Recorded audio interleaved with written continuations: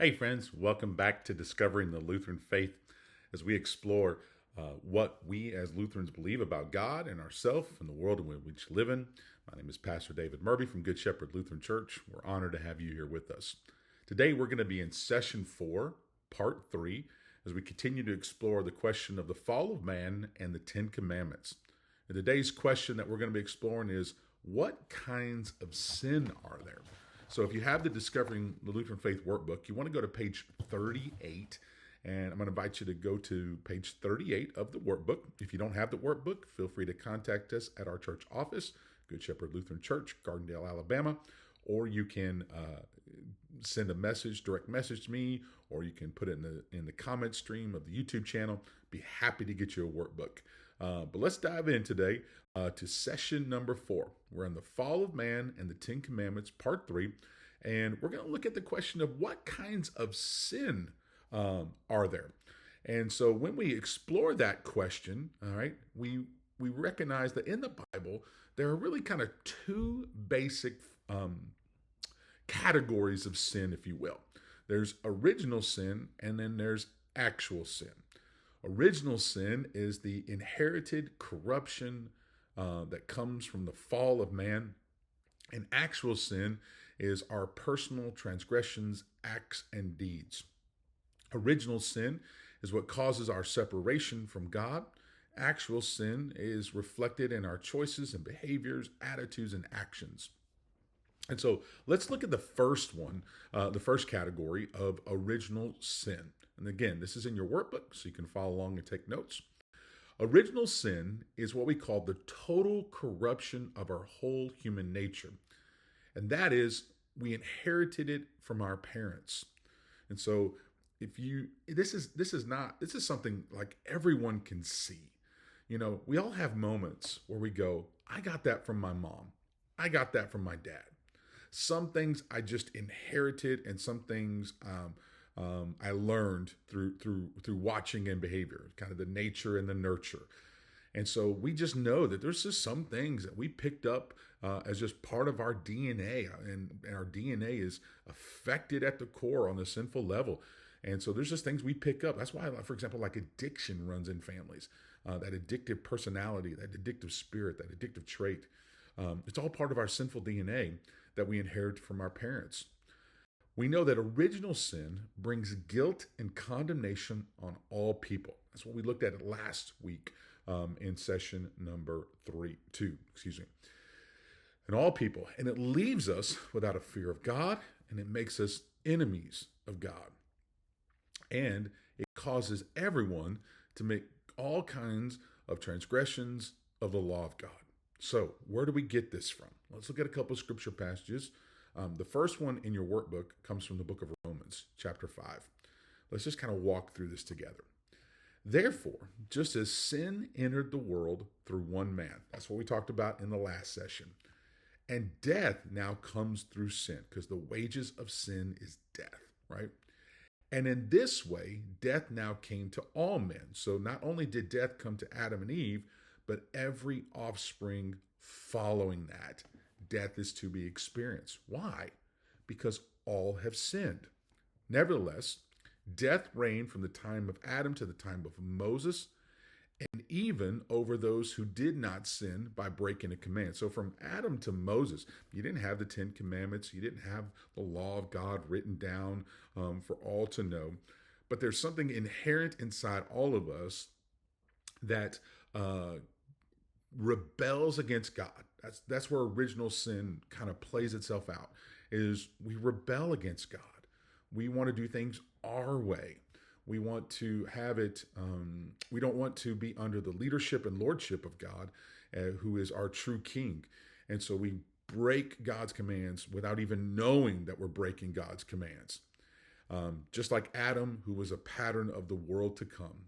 Now, consequently, just as a result, now watch this, as a result of one trespass, so just all it took was one sin, brought condemnation for all people. So also the result of one act of righteousness, which we're going to get to next chapter, in chapter 5. But this one act of righteousness, and that is the sacrificial death of Jesus Christ on the cross for all of humanity to to bring about a reconciliation and forgiveness of all sins, right? That act, that one act of righteousness, brings what is known as justification to life. That brings life, was an act of justification that brings life to all men and women. And so just as Adam in his one act brought sin into the world, and therefore you have this concept of original sin, now Christ, through his one act of sacrificing his life on the cross for you and me, now brings about a healing of that act of disobedience. That's what Paul tells us in Romans. Now let's go back to the beginning. Genesis 8, coming out of the devastating events of the worldwide flood involving Noah. This is what God said. He could look at humanity and go, every inclination of man's heart is evil from childhood. And, this is so true because all you have to do is spend some time with some toddlers. Spend some time in a nursery at church. Spend some time with your friends' kids who've got a couple of 2-year-olds and 3-year-olds, right? It doesn't take long to see that original sin pop up. From mine, to gimme, to cry when I don't get my way and I don't get what I want, and the inability to share. It's all over the place. And no one had to teach kids to do this. It's just a part of who they are. In fact, King David, in a beautiful psalm, Psalm 51, he wrote these words. He says, "Surely I was sinful at birth, sinful from the time my mother conceived me." And so original sin is what we come into the world with. And this is going to be really important because this kind of sets the stage for us of why we baptize infants. And we'll get to that more in chapter 7 when we talk about the sacraments. Okay, that's original sin. Very important concept.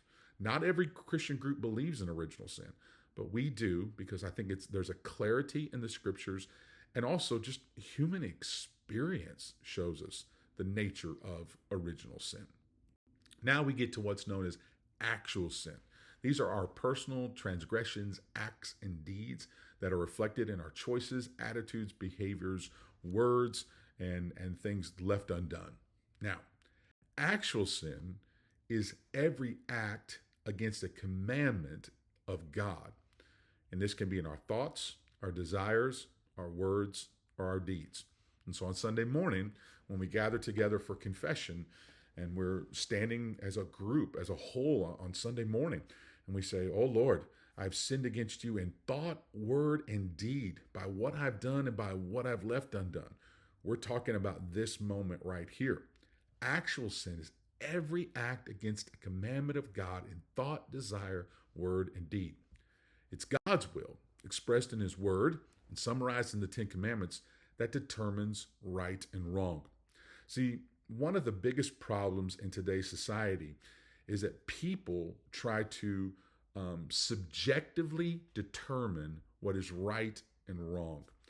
And so as a Christian, we look outside of ourselves. We need a guide, something beyond ourselves that comes from God to us to give us the definition, the boundaries, the limits, and the understanding of this is right and this is wrong. Because the human self, because it is sinful, and because it is easily deceived, and because our flesh is wicked, and we don't like to admit that, but it is, our flesh will try to determine right and wrong and justify things in this world that are clearly wrong, but our flesh will justify that. And that's why the Bible goes on to say later on, people will call evil good and good evil, right? And that's just, that's why we have to have God's word hidden in our hearts so that we can understand what is right and wrong. Okay. Now, within that context of actual sin, we kind of branch in two directions. All right. First of all, these actual sins include also what we call sins of commission. And that's the actual acting against God's law, is the breaking of God's law by a thought, word, deed, or action. So it's something I do, right? And then there's sins of what we call omission. And that's not doing the right things we know we ought to do. Okay? Maybe an easy way to kind of look at it is this: commission, a sin of commission. I'm doing what is wrong. My parents tell me that my curfew is 10 o'clock and I choose to come home at 11 o'clock. I have done what is wrong. That's a sin of commission. Okay? On the flip side, a sin of omission is not doing what is right. And so I'm in a situation, and maybe it's a situation to speak up for somebody who can't speak for themselves. Maybe it's to help a neighbor who's in need. Maybe it's, just being in a moment where I'm called upon to do the right thing and I let fear grip my heart and I don't. Okay? When you look at this, that's a sin of omission. It's when I'm in a situation to do what is right and I don't. Okay?